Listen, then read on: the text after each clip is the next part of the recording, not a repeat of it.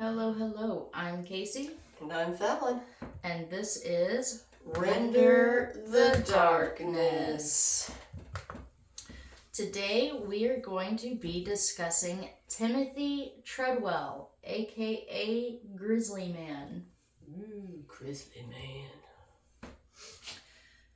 Fact for this episode is that the human heart beats an average of 100,000 times per day, and a healthy heart pumps about 2,000 gallons of blood through your body each day. Wow, that's a lot. That is a lot. And if that's incorrect, I'm sure some of our nurse and doctor listeners, if we have any, will let me know that that's not correct. But I did fact check that one. All right. Before we get into the case, I know it was a couple cases back, but I just wanted to add some new information that I was given by a listener concerning Robert Stroud, aka the Birdman, who we discussed in the Alcatraz Part 1 and 2 episodes. I believe in Part 1, you, Fallon, had asked or wondered what caused the president to change his sentence from death to life in prison. Yeah. So a listener was kind enough to send us the information with the answer of that. From what I understand, it was changed because of Robert Stroud's mother, who knew the president's wife through her social circle. So, from what they said, the president's wife entered his bedroom where he was laying sick in bed with a paper for him to sign, which would change the sentence from which the president did in turn sign. So that's how. So the president's wife brought a paper to him while he was laying in bed dying. Yes. Getting him to change his sentence. That is what I understand. Huh. Hey, it pays to have friends, man. Yeah. Hey, any of my friends that have some connections, again, I might ask a favor every now and then. That's all I'm saying. But I thought that was a pretty interesting tidbit of information, so I wanted to just go ahead and add that in for anybody that listened to that case and may have also been curious why his sentence was changed. Coolio. So, on to the story of Timothy Treadwell. Lost for a place. Okay. Tragically, there are actually 2 victims in this episode, but the path to getting to the details of the horrifically tragic day that we'll be discussing in this story is mostly centered around Timothy and his studies. The 2 victims are Timothy Treadwell and Amy Huguenard. I will talk more about Amy a little later, but for now, let's talk about Timothy. All right. Born Timothy William Dexter on April 29th, 1957 in Mineola, Long Island, New York, to Carol Ann and Val Dexter. Timothy was one of 5 children. He was said to be an animal lover from a very young age. He even at one point owned a squirrel named Willie. Oh, squirrel. He was the star diver of his swim team at, and I may say this wrong, if I do, I'm sorry, Connetquot, Connetquot High School, located in Bohemia, New York. After high school, his swimming and diving skills opened the door to scholarships, which he used to attend Bradley University. But at the time, what he really wanted to pursue was acting. I read that he actually ended up auditioning for the role of Woody Boyd in the show Cheers, but as anyone who has ever seen that show can tell you, the part would go to Woody Harrelson instead. Oh, yeah. According to Timothy's father and later Timothy himself, this is kind of what sent him down a bit of a spiral, and this is around the time that Timothy would change his name from Dexter to Treadwell, which I read was a name from his mother's side that he'd actually used off and on throughout his life. Okay. He also at this time developed an alcohol problem, which would ultimately progress into a drug addiction. Ooh. In the late 1980s, he would barely survive a heroin overdose. Dang. if I pieced the timeline together correctly, either sometime while he was still using drugs or shortly after the near fatal overdose, he had gone to Alaska under the encouragement of a friend. Either way, he went to Alaska, and this is where he claims to have had a wild bear encounter. Ooh. And this is what ended up leading to what Treadwell referred to as his love for the animal, while others might argue that it really triggered more of an obsession for the animal. I'm going to go out on a limb here and say that when he went to Alaska, while he was still using, maybe around the same time he had his overdose, because later on Timothy would actually credit the bears as what got him sober. Okay. So I would go out on a limb and say he was probably still on drugs at the time that he actually had the encounter. Yeah. That's what it sounds like.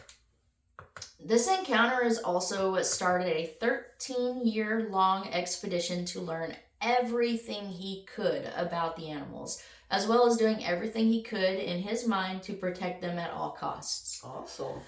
It's also what sparked the belief in his mind that he had a spiritual connection with the bears, that they were somehow spiritually intertwined. That's how I feel about sloths. That is your spirit animal. Yes. I'm not sure that's the same. I love sloths. He thought he had an actual spirit connection with the animals. You relate to a sloth because they're sleepy. They're just so good. This is when it said that he had started spending his winters in California and his summers in Alaska. He started doing his studies at the, and I hope I say this right, I have it written down how I thought the lady said it on my translator thing. Katmai Coast. Google that. It's either Katmai Coast or Katmai Coast, but the one that I Googled said Katmai Coast. Katmai. Okay.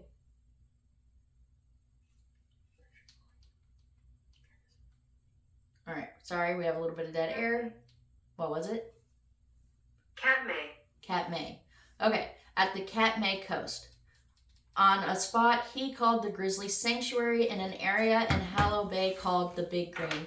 Thank you for looking that up. Oh, no problem. And I know we've done it before, but I'm going to do it again since I just got such a wonderful segue to it with my, yet again, mispronunciation. We try really hard to not mispronounce the things that we're saying. I have no excuse for the times that we have mispronounced the things that we've said, or at least on my part. I'm just really bad at it. Yeah, we're just, we write it down and we listen, but by the time we actually get in here to record, we've forgotten the translation of what it was as far as the wording. We have it written down, but we can't always, we're from Arkansas. I don't know what else to say. I'm sorry, I can say that. I apologize. It's never intended to offend anyone, or we're never doing it intentionally. And we will do our best to pronounce things correctly. And we will try our best to improve on learning to pronounce them correctly before we start recording, so we can skip the part where we have to Google the words. But anyway, back to the case. That was my soapbox for this episode.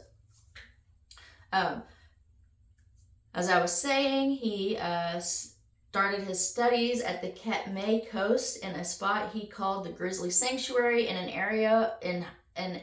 area of Hallow Bay called the Big Green. This was an area that Treadwell knew would almost guarantee a bear encounter. In fact, he would see a lot of the same bears in this area, naming each one. Oh, each one got a name. Yeah, he became very familiar with this particular area. I hope one was Yogi and one was Boo Boo. I didn't see any Yogis or Boo Boos. He genuinely believed that over time he could build a bonded and trusted relationship with the bears. And so because of this, he would often get extremely close to the animals. Sometimes he was even able to make direct contact by touching them or playing with them, and he's even recorded himself interacting with a bear cub as well. That's a very risky move. He made some risky moves. He would move to a different area of the park when it got later into the season. He would move from Hallow Bay to Kaflia Bay. The area he would camp was located right at intersecting bear trails, and he would refer to this area as Grizzly Maze because of the thick brush that surrounded it. He recorded over 100 hours of footage of the bears and him attempting to interact with the bears, as well as countless pictures he took. That's cool. Most of the time he was alone when he went to observe and study bears, but I do know for at least the last 2 or 3 summers that he went out there, he did bring his girlfriend Amy. I mentioned her at the beginning of the episode, and I will mention her more later on.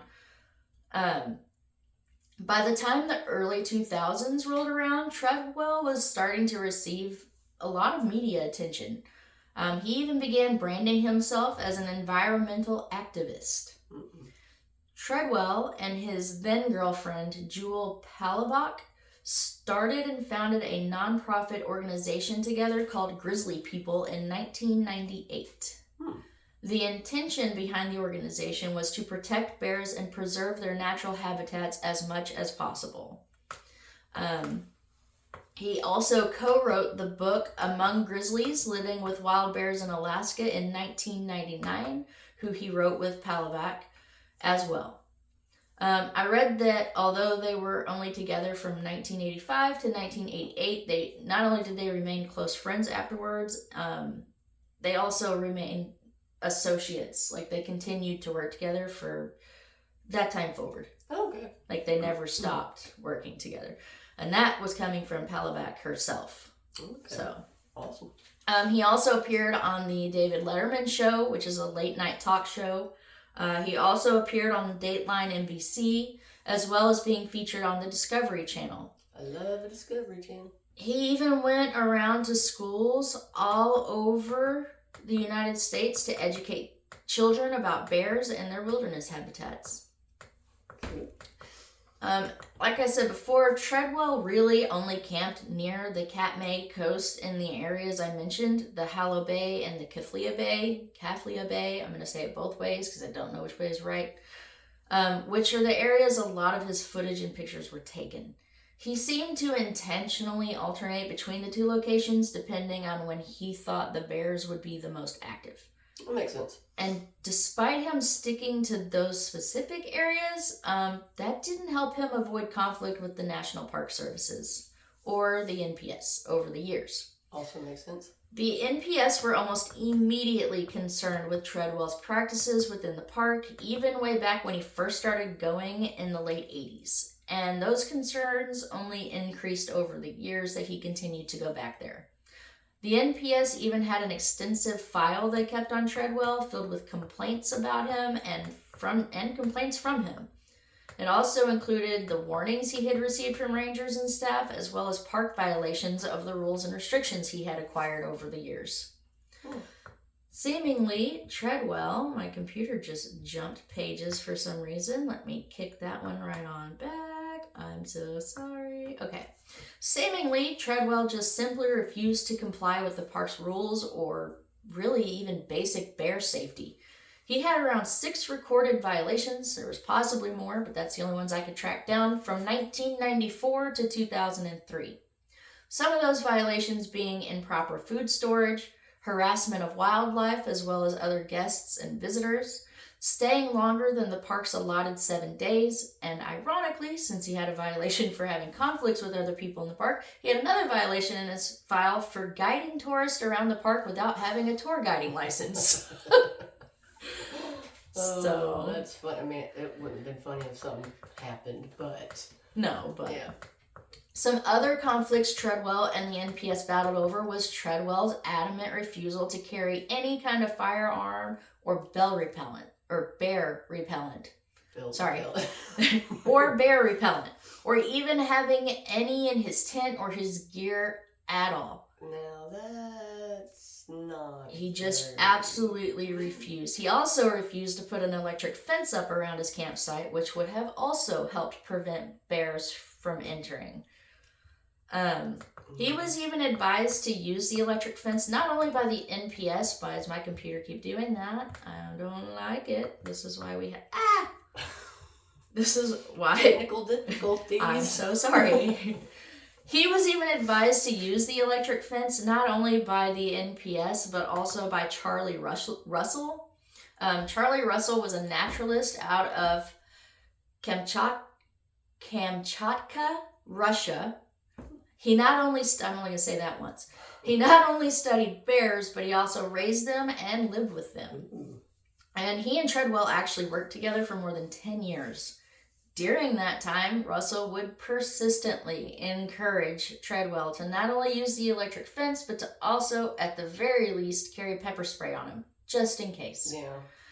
But Treadwell absolutely refused to do either. He openly stated many times that he had been in a situation once where he had had to use bear mace, and he believed that it caused the bear a tremendous amount of pain, which was the opposite of what Treadwell would have ever wanted to do.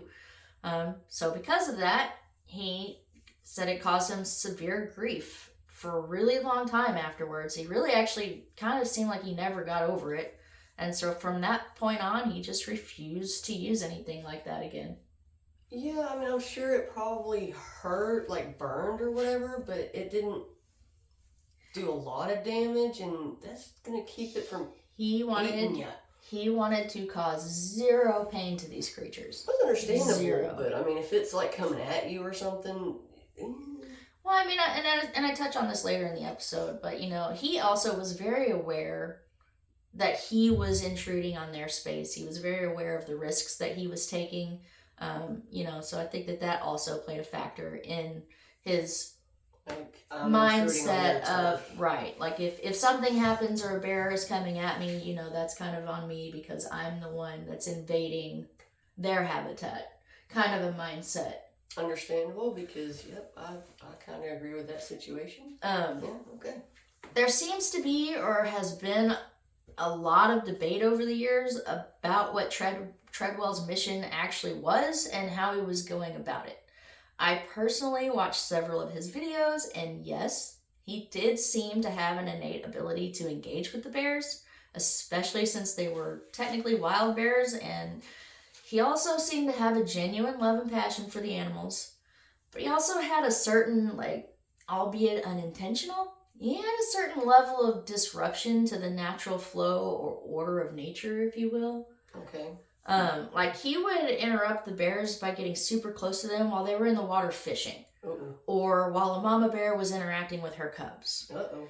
Like he just had disregard for whatever activities the bears were participating in when he would try to engage sometimes. Not all the time, but sometimes. Invading their personal space. And I get that he thought he had that deep connection with them, and that because he studied and engaged primarily in the same area around the same bears he was familiar with, and some of them may even have become adjusted to him and kind of comfortable with his presence, but at the end of the day, he was something unnatural, making himself present in their natural habitats. Right. And he knew that. Like I said a minute ago, he knew that. Yeah. I will say, though, these bears, or most of the bears, were extremely tolerant and accepting of Treadwell's presence, so I can see why over time he would become more and more comfortable with his interactions with them. He thought he understood them, and they understood him, and to some degree, that, if you watch his videos, that seemingly was kind of true. Okay. This leads us into me fixing my screen yet again. Okay, this leads us into talking about the day of the incident. But before we do that, let's talk about Amy Lynn Huguenard, Treadwell's girlfriend. She was born on October 23rd, 1965 in Buffalo, New York to parents Marilyn Huguenard and John Huguenard. She has two sisters by the name of Kathleen Stowell and Patricia Huguenard.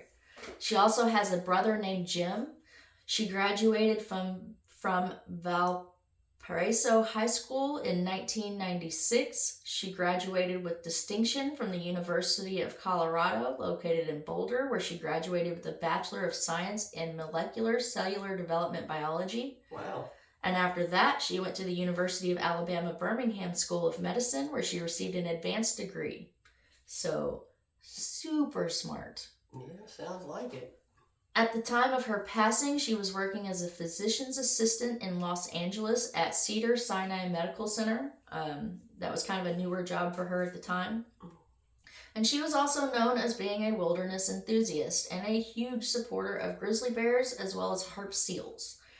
In fact, that's kind of what led her to meeting Treadwell in the first place. Okay. He was hosting a presentation about grizzly bears in Boulder at the time that they met. Okay. They were together for 3 years prior to the incident, and she was only 37 at the time of her death. Oh. So this particular trip, or I really should say stay, was a little different than the rest. Treadwell had already made his typical summer trip. Okay. During that trip, Treadwell and Amy hadn't seen, there's a specific bear that they kind of watched kind of grow from a cub to, older. They usually seen her every year when he would do his trips. They called her Downy. Anyway, they didn't see her that summer. So that kind of had them a little bit worried about, just her safety and where she was. Yeah. So they were supposed to catch a connecting flight back to California out of Kodiak on September 26, 2003. But when they arrived at the airport, there was an issue with Treadwell's ticket. I believe that they had made some kind of an adjustment to the price of his return ticket. And so that's kind of when Treadwell convinced Amy to just go back to the park for 1 more week, not only to get the ticket sorted out, but also because he just preferred to be around the bears, and it might give him an opportunity to try and see Downy. Yeah, okay. So, and like I said, he just would rather be amongst the bears than people, so if he had to stay longer than he intended to, he'd rather do it back out at a campsite than in the city. All right. So he convinced Amy that they should just go back out to their campsite for another week. The plan was that they would go back to their previous campsite and stay from the 29th of September to October 6th, 2003. Choosing to go back and stay an additional week so late in the season came with some major dangers. Treadwell himself even acknowledged that most of the bears that were in the area that he was the most familiar with were most likely already in hibernation. I think I read one of the words they used for that was tortor, something like that, but it means hibernation, so I'm just going to stick with the word I know how to pronounce. There you go. So that also meant that a lot of the bears that they would come in contact with would be bears that neither of them knew. They weren't familiar with them at all because they were bears that were migrating over from the other areas of the parks that he had never stayed or studied. So he never came in contact with any of them, and they had never come in contact with him either. Oh, that's not good. It also meant that since they were so close to hibernation, the bears who were coming into the area would be desperately seeking to fill their bellies with as much meat and fat as possible in preparation. Unfortunately, that late in the season, and especially in that particular area, and for some reason this particular year, food seemingly was very scarce, which in turn was causing the bears to become more and more aggressive. Another dangerous element added to the specific time of year they chose to stay this extra week was the location. Their campsite was set up near Kaflia Bay. Remember the bear maze I talked about? Yep. And Kaflia Lake. So not only were they camped at an intersection of bear trails, but they were also camped right next to the water source the bears were using for a food source. Oh no. So these factors, coupled with the fact that Treadwell refused to use anything that could protect them from the bears, no spray or deterrent or no electric fence, is set for an extremely unsafe situation. I wonder why he didn't at least use a horn. I have no idea. An air horn. I have no idea. Since bears from the other part of the park were migrating over, not only did they not expect Amy and Timothy or their campsite, but the grizzly maze they were camping fairly close to didn't really allow any advantages for the couple with the bears as far as eyesight. Meaning that it wasn't an open location in certain parts, so if a bear did run into them or their sight, there wasn't really enough time for a bear to adjust to their presence and to be able to determine if they were friend, foe, or food. Oh, okay. Once they got back to their site and set back up, Treadwell began doing what Treadwell always did, and he began filming and recording bear activity. In fact, just a few mere hours before the attack, Treadwell was recording a bear diving in the lake trying to get some salmon. Oh, I bet that was cool. I don't know, because there are some speculations I read that this may have been the very bear that... Oh. Yeah. But this was clearly a bear that Treadwell was not familiar with, and he even stated during the filming that he didn't really feel comfortable around this particular bear. Okay. So the last known contact that Treadwell and Amy had outside of their campsite was on Sunday, October 5th, 2003, around noon. They used the satellite phone to call and let an associate, and I read that that associate was actually Jewel Palabach. Okay. They were calling to update and let her know that so far they had had a smooth stay and there weren't any problems with any of the bears at this point. I also read in another source that they also let her know that they had seen Downy as well and that she was fine, but I don't know about that part. I don't know if that's true or not. That's just something that I read, so in case that is true, I added it in. They were set to be picked up the next day, October 6, 2003, by a Kodiak air taxi from a company called Andrew Airways. Pilot Willie Fulton arrived to pick up the couple, but the only thing he found at the campsite was that the site was in complete disarray and there was a bear. So Fulton immediately contacted park rangers, who immediately contacted the Alaska State Police to help with the situation, and they dispatched troopers immediately.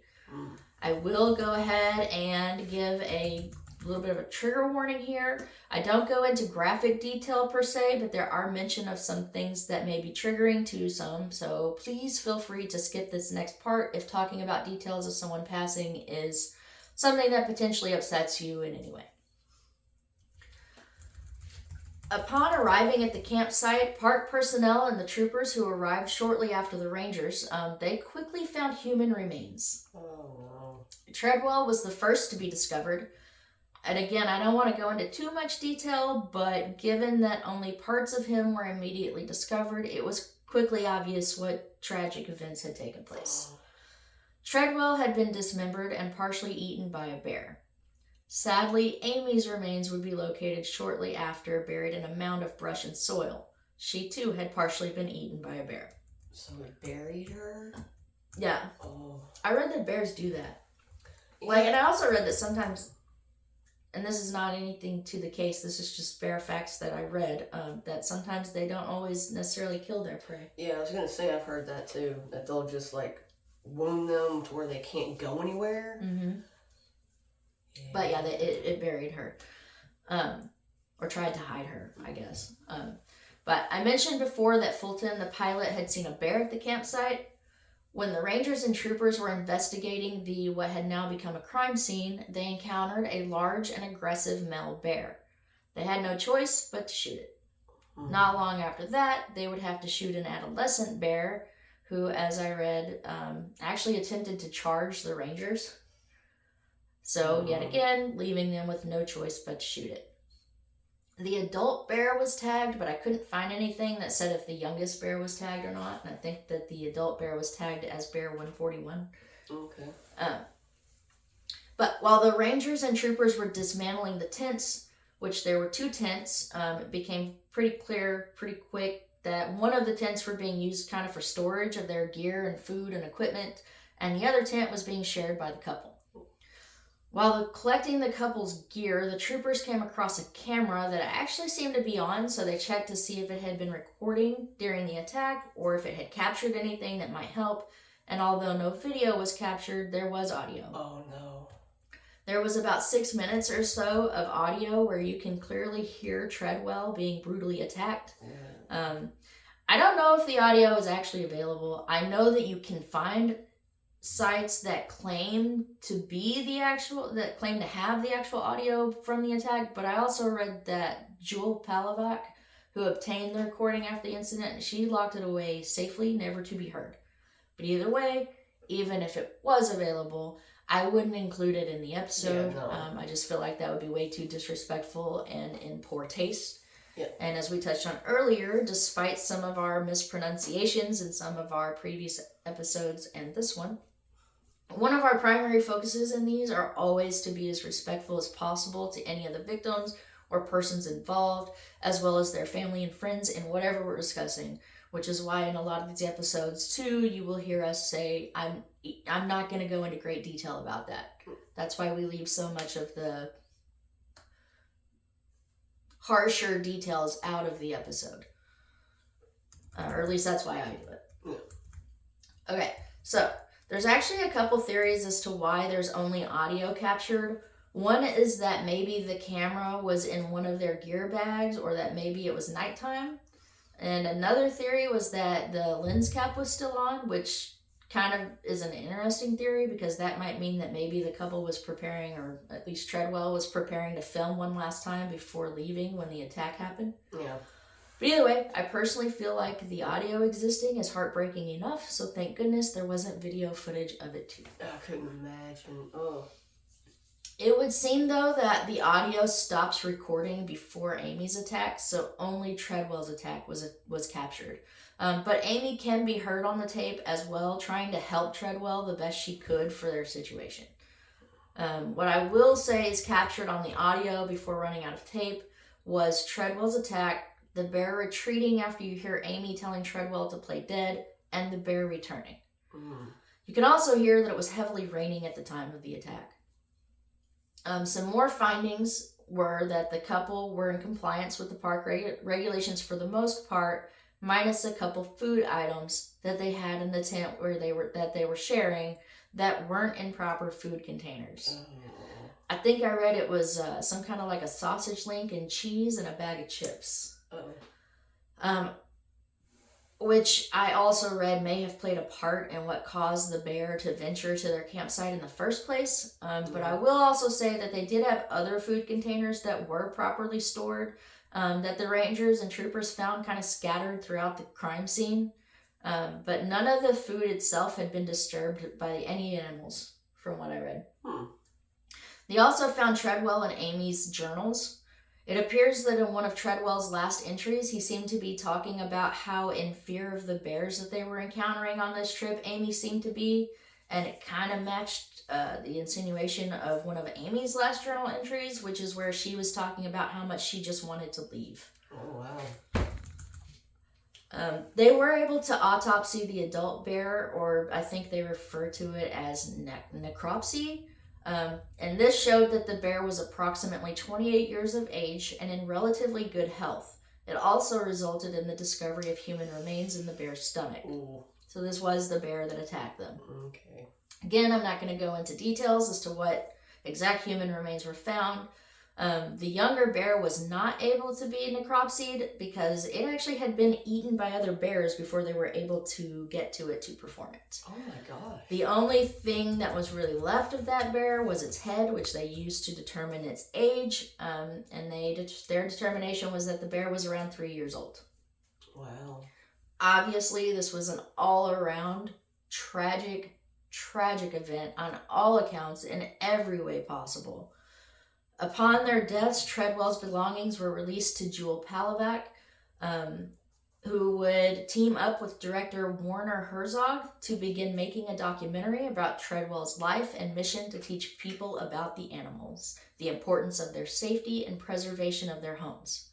The documentary was called Grizzly Man. They used a huge majority of Treadwell's own video footage, coupled with interviews from people who knew him, to make the documentary. Okay. I watched a piece of it. It's pretty interesting. That can be found on the Discover channel, and it was released in 2005. On August 1st, 2008, Jewel Palahniuk released a docuseries or a miniseries called Diary of the Grizzly Man, which includes more footage of Treadwell's work, along with a narrator reading inserts from Treadwell's personal diary. There ended up only being 3 episodes of that one. Okay. Another docuseries was released on August... Sorry, I don't have my mouse attached, so my screen keeps jumping. Another docuseries was released on August 29th, 2008, and this one was an 8-episode series, and it was titled The Grizzly Man Diaries. This one contains video footage, pictures Treadwell had taken over the years, and some more of his personal diary entries. I believe both of these series can be found on the Animal Planet channel. So were both of those from Jewel Palahniuk? Yeah. No, the last one was not done by her. So did she give him or give them the I would assume they would have to have her permission to release at least the diary entries, if nothing else.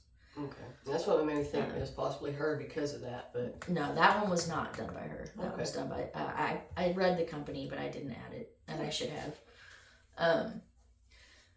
Timothy and Amy's tragic deaths also sparked some more already pretty heavy debate about the safety and smartness of Treadwell's studies and work. Many people kind of began lashing out at Timothy for not only being the cause of his and Amy's death, but also 2 bears who would have otherwise continued living safe lives in the confinement of the park. Their attack was the first known attack in that park, which at the time had an 85-year history. Wow. Now, for my 2 cents that absolutely no one asked for. I asked for it. Oh, I'm going to give it to you. All right. I don't want to say what he was doing didn't have benefits, because it most certainly did. Okay. It paved the way for other people to be interested in wildlife advocacy and the safety of preservation and of the beautiful animals and their habitats. And he started that foundation with Jewel, which also brought awareness, and he traveled around speaking about the bears, which brought awareness, and he did, in a way, kind of showcase that it was potentially possible to understand these animals enough that the bears could potentially become adjusted to human presence. I mean, there's footage of Treadwell calling one of the bears by one of the names he had given him, and that bear responds. So... Not to mention the absolutely incredible, priceless pictures that he took of these animals over the years that have been featured many times in many magazines and used in multiple ways to bring awareness. I will also not deny the fact that this man undoubtedly had an immense passion and love for the animals, because he did. Okay. I do, however, think that the more comfortable and confident that he became, the more relaxed and lazy he became with his approach. He started throwing literally any and all safety precautions out the window because he truly believed that he didn't need them. Yeah. Unfortunately, 4 lives were taken because of it. I will say, though, to his credit, as I said earlier, he did say over and over again that he was aware of the risk he was taking doing what he was doing. He even anticipated at one point on one of the talk shows he was on, that he would most likely be killed by a bear one day. He also adamantly insisted that no one try to do what he was doing, so he was fully aware of how dangerous it was. I also think he wasn't doing what he was doing with the particular bears he was focusing on. I don't think he was accomplishing what he was trying to accomplish with these particular bears. I say that... Excuse us. Sorry. I say that because it's not like he was out in the wild trying to domesticate bears in uncharted, unprotected areas. He was in a national park. These bears were already protected within the confines of the park. Right. Which makes it kind of seem maybe part of the reason he was doing it was maybe for the thrill or something more so to benefit himself than the bear. I don't want to say that it was selfish what he was doing, but I can see in some ways how it could be perceived that he was definitely making some selfish moves.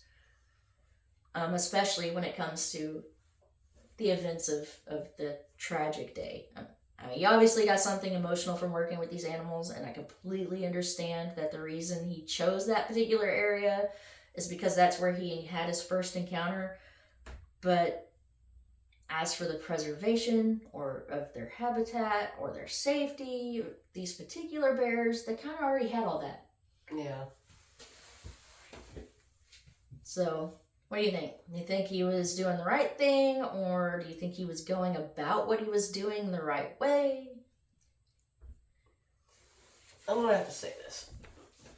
I mean, I can understand, his fascination with the bears and wanting to be able to get, closer with them per se, but I do think that he was being, don't come at me for this, it's just my opinion, I do think he was being a little selfish in the simple fact that I'm sure he knew that if he did get attacked, they were going to go after the bear that attacked him. They were going to. Yeah, they were going to kill that bear. Okay, so I'm sure he knew that. Mm-hmm. And the fact that he didn't have any kind of protection. Well, and the fact that he was now involving other people. Yeah, that's what I was going to say. As well. No protection for himself, but yet there's no protection for his girlfriend. Now, granted, I will also say that, despite what I said about the journal entries about, maybe her feeling scared of those particular bears and whatnot, but, I did read as well that Amy was also noted as saying that she too understood the risks of what they were doing. Yeah, but so I don't know if she supported him in his decision to not have those items, or I was gonna say that. I don't know. I didn't see anywhere that said she did or didn't. But I did read that she did vocalize that she was also aware of the risk that they were taking. Oh, I'm sure she did, but I mean, like I said, them doing that, they had to have known that if they did get attacked, those bears, whatever bear killed them, was gonna die. Absolutely. And that to me is, like I said, don't come at me, pretty selfish. I agree. Because I definitely agree his level of carelessness definitely had a level of selfishness behind what he was doing. It's almost like the more comfortable he got, the more inviting of potential danger he had become. Which is what made me say what I said about maybe he got some kind of a thrill out of it. How when you start doing something for that little bit of an adrenaline rush that you get, and then, you've done it so many times, you're no longer getting that same rush, so you kind of have to crank it up a little bit and intensify the danger of what you're doing so that you can continue to get that little bit of a rush out of it. And again, I'm not saying that that's solely what he was doing. I do think that he did have in his mind good intentions. Yeah, I'm not saying he didn't. Yeah, but I also do think that there was some degree of selfishness. Yeah, he definitely went about it all wrong. Completely wrong. I mean, like I said, he should have, if he was going to go in there and do that, he should have at least had some sort of protection. Nothing that's going to, kill the bear. Like the air horn, I mean, I know he didn't want to use mace because it's going to burn. Right. But that's the worst case scenario. It's going to burn.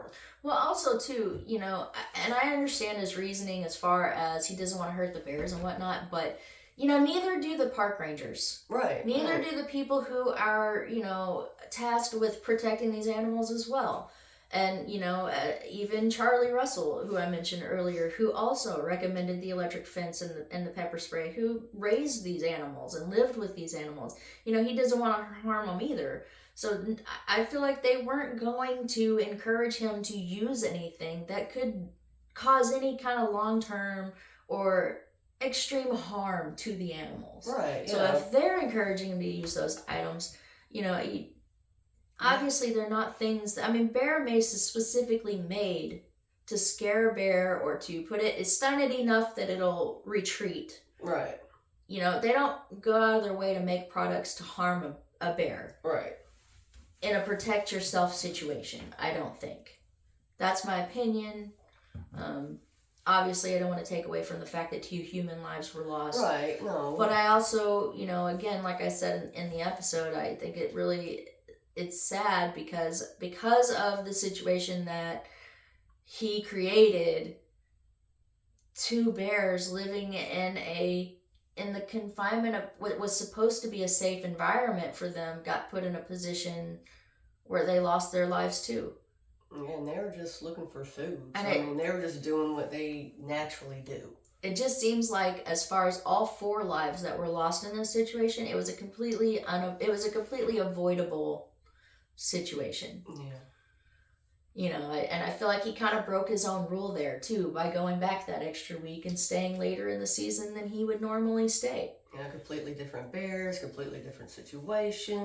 Yeah, So again, don't come at us, just our opinion. I just feel like anything that could go wrong in that situation went wrong in that situation, and unfortunately, it ended in very tragic results. You know, so absolutely rest in peace to Timothy and Amy, and very tragic, and it's a heart-wrenching case. It is. But yeah. If anybody out there has opinions about the case or knows more about it than what I've mentioned here and would like to add to it or have your own opinions or anything like that, feel free to communicate, reach out, contact. But other than that, that was my case today, and thank you for participating and listening and spending your time with us. Yes, thank you so much. Greatly appreciate it. It was good. It was sad, tragic, and just terrible. It was very sad. So, this is Render the Darkness. Bye.